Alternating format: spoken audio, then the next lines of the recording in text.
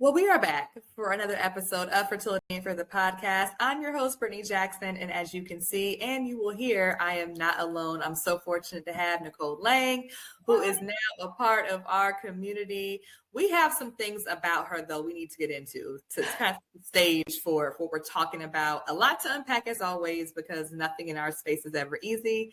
That's why we do this. But Nicole, thank you for being here. And I loved when I got your bios. You said you were a rebel in this space, and I'm here for it. But Nicole is revolutionizing fertility care by addressing what everyone else ignores. And I can't believe we're still ignoring this. The trauma caused by the treatment itself and all of the things. We're going to discuss PTSD and fertility. We're going to discuss PCOS and endo. We're going to find out what baby blinders are, because that was a new term for me that I thought made so much sense. And we're also going to discuss acupuncture and fertility, because we love a good needle point over here. Because Nicole is also an acupuncturist specializing in women's emotional wellness and fertility, and has been present for over, y'all get the number, 1,000 embryo transfers while consistently delivering outcomes that surpass expectations. She has a trauma-enforced approach to prevent the PTSD that affects over 50% of people in fertility treatments. And we'll definitely discuss that, because I would imagine it's probably more than that, but we'll go with half. Yeah. And making sure that you have the proof that when you work your whole body, not just your reproductive organs and parts, that conception odds and life quality dramatically improve. We're also going to discuss her company, Life Healing Life, but I'll be quiet now and say welcome. Welcome to Fertility Care, Nicole. 3-hour podcast. I'm so excited to be here. Thank you. Look, I want to give all the flowers, all the kudos to all the women who are doing amazing work, and men, but clearly my podcast is a little bit biased because we're mostly girl power over here with our guests.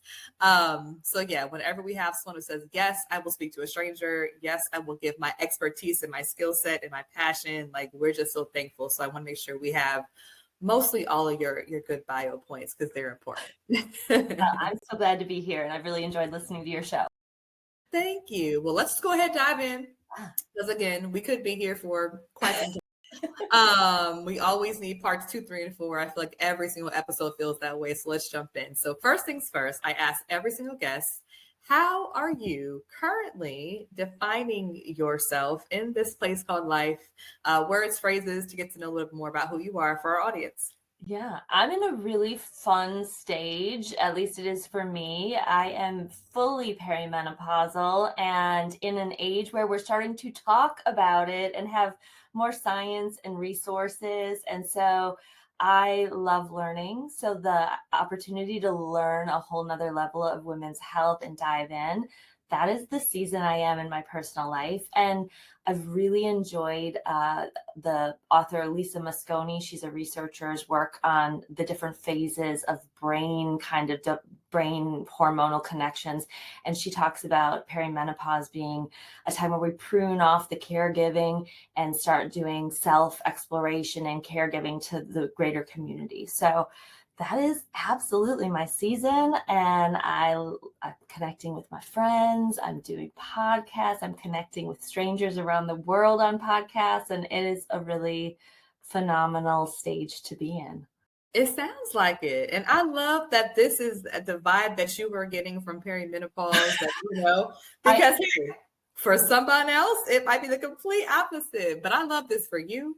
And I am on HRT, and I am about using all the resources available and not polarizing and picking sides. So I think when we do it like that, so much of our life, even, dare I say, infertility can feel more like that than what we typically do. So it's really fun to be able to put it to the test. I totally agree. Kindred spirits on that. I'm for all the things. If it's not going to kill me, give it to me. Let's figure it out. But I'm for a holistic approach. I'm for a little bit of everything in your toolkit to make sure that you are doing, and being and feeling the best that you can be. So with that being said, Prior to this phase of life, there's other phases that were prior to this. So one thing that I know that you shared was that you have dealt with PCOS and endometriosis. And so I am sure that I'm hoping, maybe, I don't know, you can tell me, are some of the symptoms better these days or not? But I want to know, that could be a whole episode in and by itself. But because we all get it, we discuss these things a lot on this show. As you all know, I'm an endo guru. But how did you get diagnosed with each condition, and kind of what have you learned along the way to have the best quality of life possible with these two conditions? Yeah.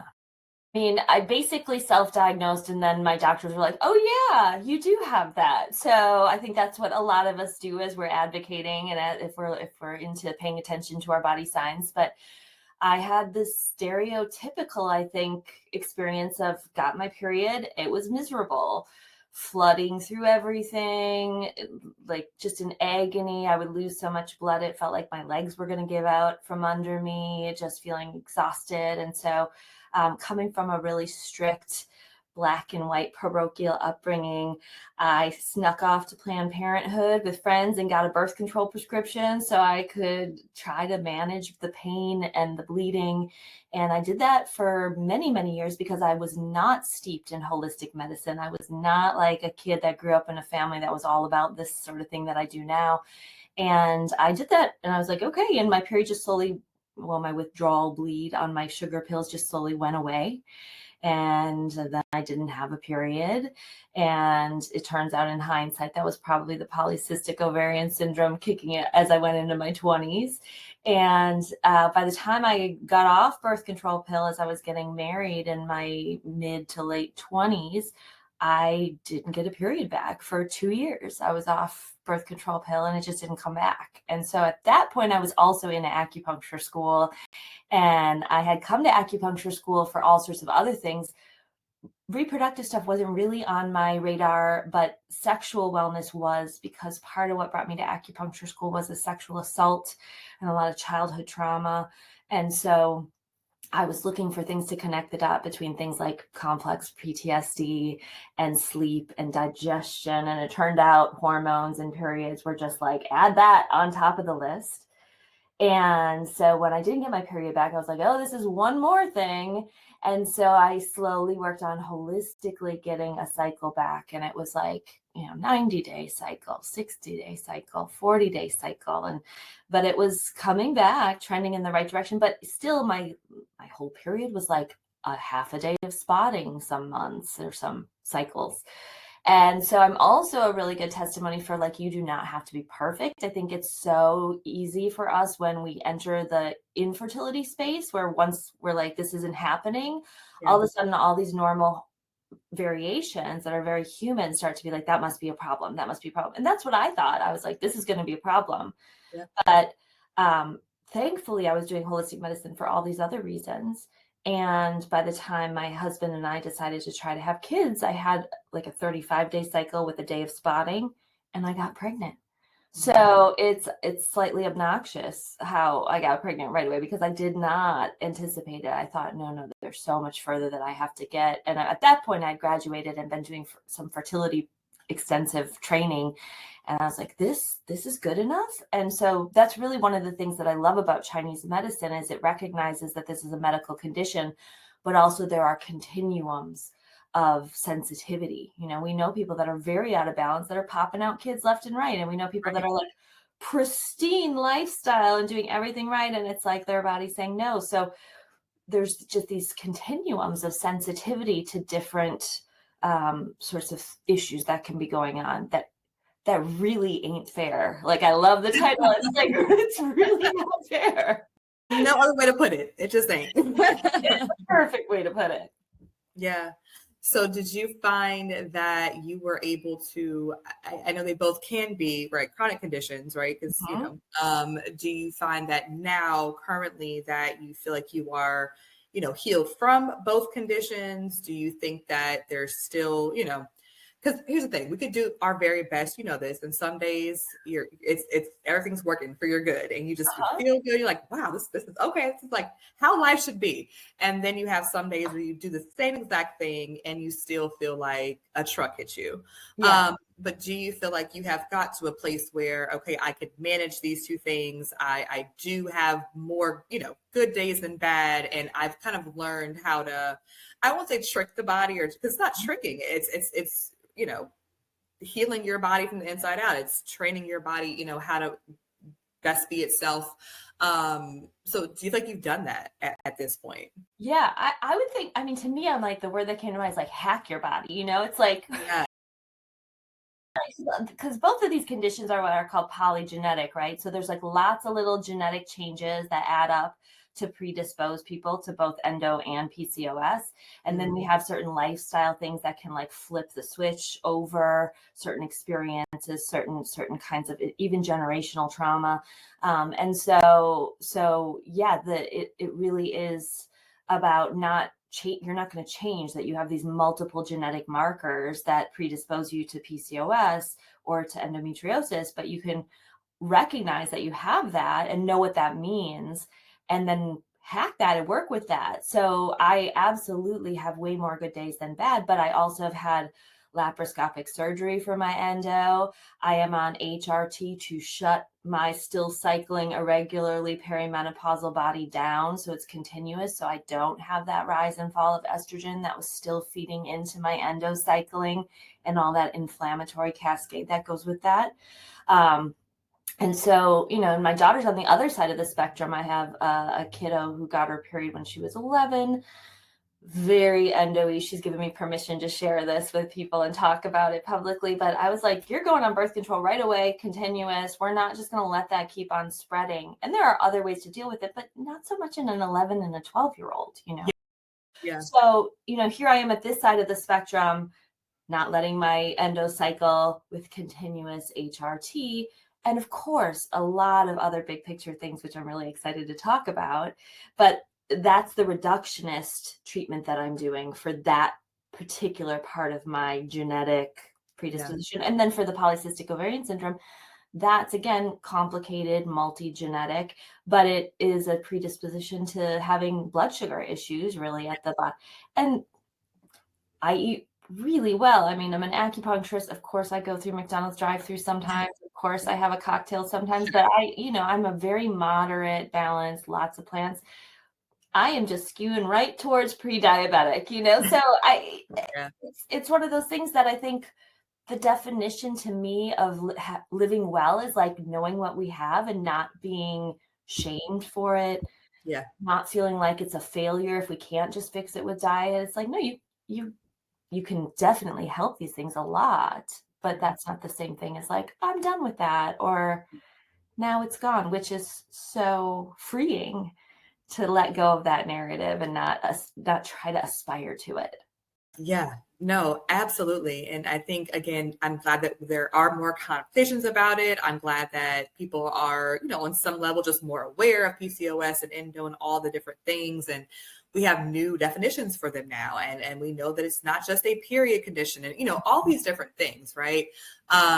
So thank you for kind of giving us an insight to what you've been able to do to manage these, because again, I feel like they're just more common than we ever knew.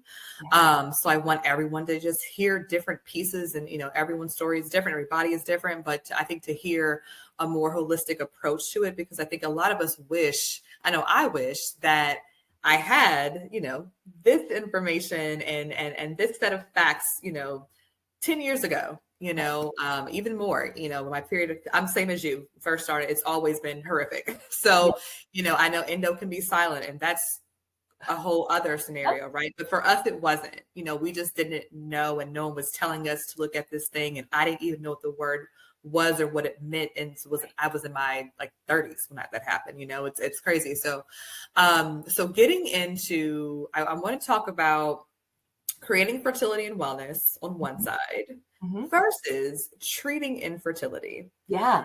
You talked about in your bio, you mentioned baby blinders.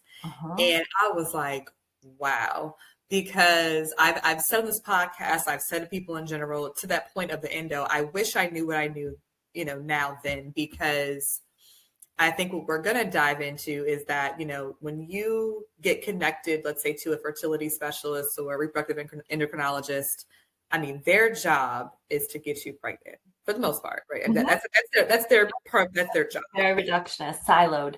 Very siloed, right? And knowing what I know now is that I had no business diving into that side of this world when I just found out that I had endometriosis, and no one told me otherwise.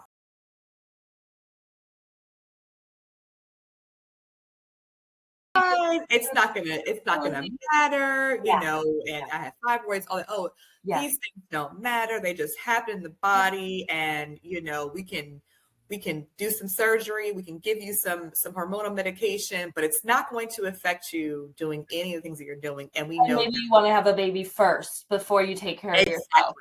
And then you can deal with that down the road later. And oh yeah, and we're gonna pump you full of estrogen. And no one thought that was a bad idea. It's a dumpster fire in there, literally. So with that all being said, please give us your take on kind of what is the difference in your approach to, creating wellness for the whole body and for fertility, because it all will benefit, versus just simply treating infertility. This is this big elusive topic. This question, it's so packed full of different angles and so important. So, I mean, it's just having the ratios right. I talk a lot about ratios. So when I talk about fertility, or it could be perimenopause for me now, or it could be supporting a pregnancy, or it could be trying to fill in the blank. You can put on that blinders, the baby blinders, the perimenopause blinders, and then you're only looking at the body in bits and pieces, and you're only looking at, okay, so you have PCOS, you're not ovulating, Clomid can make you ovulate. Let's do that, and that is in that siloed, nothing else connects. Your inflammation, your quality of life, your mental health doesn't matter, which is how Western medicine is built. I mean, literally, we've never had mind body together in Western medicine. From the start, that was left to like old fashioned medicines like Chinese medicine. And it was like just what we can measure and what we can see and what we can dissect, except for the head. The head had to be given to the church. So mental health. So there's no interconnected. There's no place for things that we can't see. There's no place for mental health. And so we have just this like, okay, we're going to look at your ovaries. And that's how it's been since the 1500s. And so, when I first, when I went to the doctor and I was like so excited, I was getting my master's degree, I was slowly getting my period back, and I went for an annual, and that doctor's like, well, do you want kids? And I'm like, probably. And they're like, I can just write you out a prescription for Clomid today. And I was like, I don't think I'm ready for that. I'm still working on it. And then this was before I found out that I had PCOS, because I got an ultrasound and it was like my ovaries were like chocolate chip cookies with double chips, and my AMH was like 12. And I was like, if I would have gone on Clomid, that would have been, just have quadruplets. Literally. And so I was like, I am so glad that I just stumbled into saying no without even at that point knowing that it was PCOS. And so that reductionist, siloed, it's never been in the medicine. You're just looking at, okay, we're just troubleshooting if you need to ovulate, or we're just troubleshooting getting an embryo in your uterus. We're just fill in the blank, trying to get rid of your hot flashes. That's how it's built. And so that's what most of us know, because we're swimming in that cultural soup of medicine. And so when you look at a medicine like Chinese medicine, you see that everything has always stayed interconnected, and the mind and the body are totally the same. So we have tons and tons of ideas in Chinese medicine, ditto for Ayurveda and other holistic medicines, that now science is proving, like your gut and your digestion are related to your mood. That's always been a Chinese medicine thing. And now we know that the majority of your serotonin, your hormone or your neurochemical that helps you with mood, comes from your gut. And there's lots more examples of that. And so, of course, it matters. Like your gut matters for your fertility, and your anxiety is related to your fertility and your gut, and all these things are crossing, and all these things matter at once. So the way that I practice, and the way that holistic medicine practices, is that I call it that baby blinders part that you could exclusively focus on and just pay attention to if you're doing mainstream medicine, is like the nursery. And so you could pimp out your nursery, and you could get all the best contractors, you could get all the best things and make the nursery look beautiful. But what tends to happen is our foundation is crumbling. That's like our actual sense of like our identity, our felt safety, our connection, our relationships. I mean, you've talked about this so beautifully in so many episodes of like, am I a woman? Am I a partner? Who am I in this world? What does this mean? So we have this incredible sense of threat to our identity and the trajectory of our life as we thought it was. And then we have a treatment that makes it even more threatening because it doesn't explain things. It doesn't listen to us. It's totally overwhelming hormonally and logistically. And it's like, just do that. You can get back to you later. And so the foundation now is crumbling. And so now our house is like, slipping into the pier. And then we have a house that's the mind and body, that's everything besides the nursery. And so, you can't sleep in the bedroom. Your kitchen is a mess. There's no working stove. Your furnace and your AC are on the fritz. Mentally, a family of squirrels moved into your attic. It's just tearing things up there every day, making nests, just like on a little hamster wheel, just spinning all the time. And then, so that's your house and your foundation and your nursery. And then you have this neighborhood that you're a part of that is like, well, I don't talk to my neighbors anymore because they all have 4 kids and they say insulting things and they like just relax and you should adopt. And I loved your myth. I went way back and listened to some early ones. I was like, I could listen to you rant on these myths all day. I loved it. Oh my God. So delightful. Everyone should go back and listen to that because it was just like really good information, and your take on it was so good. But yeah, you're and then you're like, I don't know if my partner would want, of course they want to be with you. They love you. You're awesome. But you feel like, I don't know, I'm not on the same page as my nearest neighbor. We're maybe like ignoring each other over this fence of our different experiences. I'm supposed to be doing this with them, but it's very different for each of us. And so meanwhile, we keep trying to put on the baby blinders and just get the nursery to get a baby moved in, and then we'll do the rest later, which is, again, not our fault. That's the culture. So my take and my analogy is that you should put 25% of your energy into your nursery, and then 25. And when you add that all up, you have actual cultivation of wellness and actual cultivation. So for me, my HRT at this stage of life is like my 25%. It's a big deal. It helps me not feel like I'm getting electrocuted with sciatica with endo on my nerves.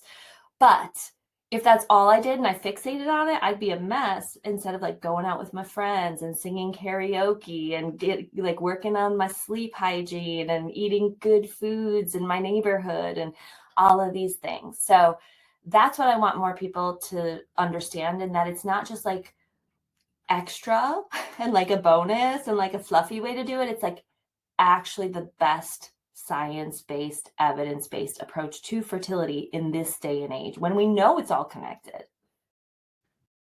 I feel like you described my journey perfectly with the whole house. I was like, yes, girl, I was crumbling. The foundation was in shambles, like literally got to like, literally a breaking point. Physically a breaking point, mentally, emotionally, all the things. And it took me right back to that moment. And my therapist asked me, like, what was your absolute, like, I'm not, like, what was your like threshold? Because you kept taking, all the information and you got to keep moving forward and keep doing it. And, okay, that one didn't work. Okay, call us when you're ready for your next cycle. And I'm like, wait, we just lost a whole cycle. Like, what? Yeah, I'll call you when I'm ready. Like, you know what I mean? It was always just very like on to the next thing, right? It was on to the next thing, on to the next treatment. Let's try this, let's try that. And in that moment, you're so focused on that baby and the blinders. And, I mean, to some degree, you got to be all in on it. You can't you can't play in this space, especially with the high stakes of all of it, financially, mentally, emotionally, without being all in. And you got to buy into that. Okay, I have to have all the hope and all the faith, all the eggs literally in one basket, to do it. And it's hard when you don't know otherwise, you're not being told otherwise. And so when you buy in 100%, that is your only point of reference, is what these REs are telling you. And I'm not faulting the REs for doing that job, but I do think there's absolutely fault. I said, but the system is broken when it comes to, they're also not told to do otherwise. They are going off what they were taught, what they have learned, and what their practice is built off of. So I think, my God, the whole analogy of the house made a lot of sense. And it was just taking me through different points of our journey.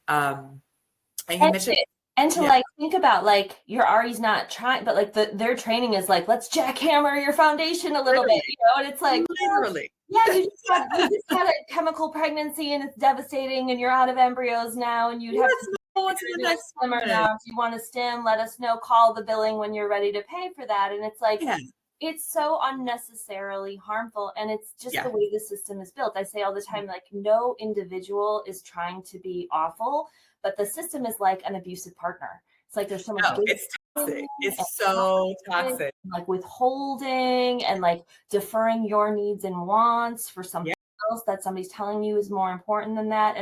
And so if we could just come back to like, of course you want to give it your all, but what if your all was to it all, and what if that was, my patients, my outcomes are better than any study I've ever seen. And even in the case, I love that you're talking about some stories don't end the way that we work really hard to. And like, that is a form of success, to come to peace and clarity and closure. And that is like the hardest success here. So if we redefine like what success looks like, and then we put our all into taking off the baby blinders and being like, the best shot I have at my IVF working is to do it this way. And it will also protect me if it doesn't work, because it is a complicated medical condition. And I'm not going to think that I can just type A my way through it, because that's not how medical conditions work. And that is not fair. It's not. The whole thing is not. And you're right. I feel like there's just so many of us who are type A that end up being in this community. It's like, I was like, what is the connection with that? I don't know. But I hear that a lot. And a lot of us, you feel that way at the beginning. It's like, okay, you know what? No, I can get my way out of this, and we can, scenario this and plot this out and do X, Y, and Z. And to your point, I have had to do a lot of deep diving in this year. We've lost our last 2 embryos that we have. I could not get any more eggs. I had no more fallopian tubes. This journey has changed my biology. I mean, other things too, but my entire biology is different than when I first started this. And so at this point, we're at a place where success may look different. And I'm grateful to talk to like you and I just told someone the other day, this World Childless Week is when we're recording this. And so, being childless, not by choice. And I talked to her about thanking her because she chose to end her journey after going through a lot and found, a thriving life on the other side. But it doesn't take away the hurt and the grief and what we're about to get into, PTSD and the trauma of what I thought life would be like, especially after going through fertility treatments. And when you don't end up with that baby at home, and when you don't feel like, wow, like I thought it would all be worth it. Or I thought, the little worth every shot, I can't wait to get the onesie. Yeah. Here we are. Do that Christmas card with all the shots. It's all going to be all of it. Like I have, bins upstairs full of things, but little hope gifts, I'm a little. So it's like, what do you do with that, and how do you work through it? So let's jump into the PTSD and fertility space, because I was literally at a trauma and resilience workshop last night for a nonprofit that I work with, and we were talking about PTSD versus complex trauma and et cetera. This was like right on schedule. So you had said that over 50% of people in fertility treatments develop PTSD. And even when it works, even when you brought that child home, there's still a lot that is left unsettled there. I'm sure I've talked to a lot of women now on the podcast and off who have been in that space, who have, crossed over from infertility to parenthood. And they're like, it's still there. Like yes, it is better to, I'm blessed to look at that child and really feel like it was worth it. Yeah. But there's still layers of grief, trauma, stress, PTSD. And I feel like there's not enough conversation around PTSD and fertility. So please tell us how you attack that, how you approach it with your clients, and kind of what you found, I guess, during this time. So the statistic is just shy of 50%, but I bet you it's higher. It's 46%, but it is with or without a kid. And I think it kind of came to me. I like thinking in analogies. I like using analogies a lot. And it was like, it's kind of like telling a bunch of soldiers, like, if you're side one, you don't get PTSD, you're not allowed. It's like, sure, you lost a lot and you were shook to your core and you felt very unsafe, but like, you won. That's just, we would never. And so that's how it is with fertility. It's not like something good happening erases bad things. I have so many good things in my life. I still have this assault and childhood stuff that lives in my nervous system. And I think that's what trauma, really, PTSD, boils down to, is it's things that live in our nervous system that aren't necessarily logical, aren't always things that we can just like talk through or breathe through. It's like, why do I feel activated into fight or flight when I'm safe? And acute PTSD, the kind of PTSD that you can easily get a diagnosis for, is like something bad happened and you have flashbacks for it and certain things are triggers. So a classic example is like you get in a car accident with a car that's red. You see red cars and you feel really activated. Complex PTSD is just a series of subtly threatening things over and over enough times that it's much more nebulous. And I might be wrong about this, but as of the last time I looked at continuing education, there's not even a way for therapists to make this diagnosis code. And so like there's so many people walking around with childhood adversity, with different levels of parental mental health or addiction disease, then fertility on top of it. And this is complex PTSD, where it's just like where the buffer should be, yay wide for what you can tolerate and stay regulated in, it just shrinks. And not all trauma is created equal, and other things can kind of mitigate it. So having more or less support or more or less other resources or getting early therapy and interventions, these things can all make a difference. But ultimately, whatever shows up in your body is real, and that's trauma. And it isn't logical. It's just like, I just feel like I'm vibrating with this anxiety that I can't talk through necessarily. So there's a lot of very cool somatic modalities, which acupuncture is, where it's like body-based trauma therapies that are showing up really beautifully in the research and really helping our nervous system without us having to understand it, which is a very cool thing to be doing with the population that I work with, especially, and with myself. I love it. Yeah, I love that you said that not all trauma is created equal. Mm-hmm. That's really, really important, I think, to say and to embrace and to realize in our lives and day to day. And I love that you are just connecting the dots, because to your point, like, people are for whatever reason not connecting the dots in terms of like, hey, these treatments are causing this, these losses are causing this. Like, again, like you said, even if you do come out on the other side, child in hand, we're happy. Like, we can't act like this didn't change me. I'm a different person than I was whenever you started this. So I appreciate the work that you're doing in that space.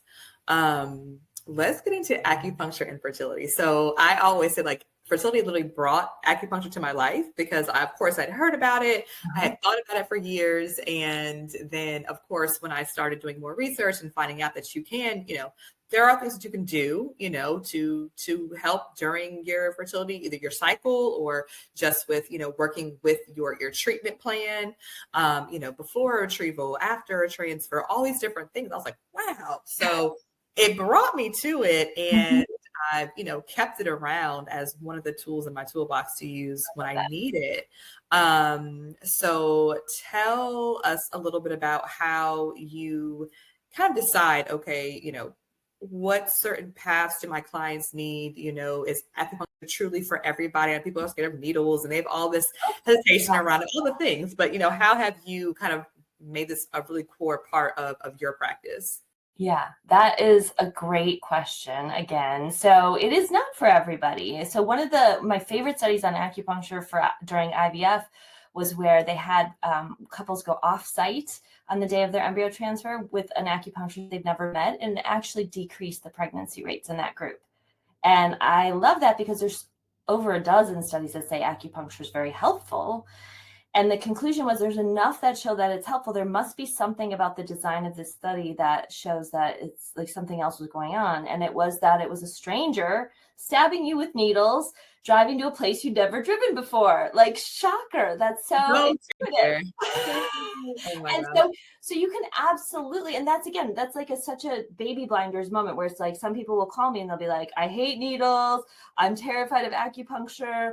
I read this study, or my RE told me about you and I should add you, and my transfer is in 2 days, and can you come be there with me? And I'm like, I cannot, ma'am. I cannot, because here's why. Like, that wouldn't be unethical of me to do this to you. And here's why. And, sometimes that makes sense. And sometimes it's like, no, but there's the studies that show that it helps. And I think some of them find other acupuncturists that will say yes. But that's just my line in the sand for my practice. But there is a ton of other research that shows not just the day of transfer, but actually the best acupuncture studies is on what's called whole systems acupuncture, which boils down to no protocols, which is what makes acupuncture really hard to study. Because if we're really looking at just a bunch of anovulatory people with PCOS, you could get a protocol really easily. But if you're looking at a bunch of anovulatory people with PCOS that are also doing a true Chinese medicine diagnosis to pick the acupuncture treatment and the other things that go with it, one might run hot, one might run cold, one might sweat easy, one might only have night sweats, one might be anxious, one might be depressed. Each one of those would add up to a different constellation and a different pattern. So although they have the same nursery diagnosis, they very much, to have the best Chinese medicine treatment, need to have different treatments. And so it does make acupuncture really hard to study a truly holistic. And I think that's why my outcomes beat the studies, is because that's all I'm like, no, I'm not just going to show up and do the study for your embryo transfer. Oh, you have a headache today? Oh, you were like really stressed because you couldn't poop after your progesterone started. Oh, you just got in a big fight with your partner the night before and you didn't sleep and your eyes are puffy because you were up crying and you feel like you jinxed everything. These are different treatments. And of course, they have certain things, like we know we can help with pelvic circulation. That's a really cool thing that we've established. We know that we can help relax the cervix so the catheters can get through for IUIs and IVF easier, and also things like D&Cs with miscarriages, more comfortable for the patient, easier to do for the doctors. We know that we can, certain points, generate stem cells, adult type stem cells. So that's really cool from a modern fertility perspective, because they're also dabbling with things like plasma-rich protein kind of washes in the uterus and ways to get stem cells in that are really expensive and really inaccessible, versus like, here's a couple acupuncture points that seem to generate the type of stem cells that we can make as adults and flood them through our body and help things be more robust. So that's way more accessible and way more cost effective than a lot of the kind of fringy stuff. We can regulate immune systems. We can change different kinds of inflammatory markers. It's all super specific. I'm a real nerdy acupuncturist. I love that. I wish you were close by. I love explaining it. So I have a YouTube channel that I go over some of the reductionist stuff. I have online programs that explain the big picture and help people understand their own Chinese. That's another. I'm a weird acupuncturist because I didn't know acupuncture. So I was like, why wouldn't I explain people's patterns to them? Like when I look at your constellation, like I could just pick the points for that and prescribe the herbs for that and tell you what to eat that goes with that. But that is like more of the same. It's more practitioner centric. I call it faux holism. I coined that term, where it's like, it's holistic, but is it really helping your when you're good. Because if I'm just Right. bossing you around and making you buy stuff, that kind of feels like one It's on the line. It's on the line of, yeah. Versus like, here's what your pattern is. Here's how I can tell. Here's all the things that go with it. Isn't this really cool? And now you can start following along and decide what you want to do and see how it shows up in real time. And that's so exciting. And again, if we're looking at all the things, it's like, okay, yeah, I didn't move a baby into my nursery, but my foundation is feeling shored up and I'm kicking the squirrels out and like I'm starting to cook in my kitchen again. Yes. Good stuff. It's great stuff. And like I said, I wish you were closer because you are the one that we all want. Like you are the ideal person for so many people, I'm sure.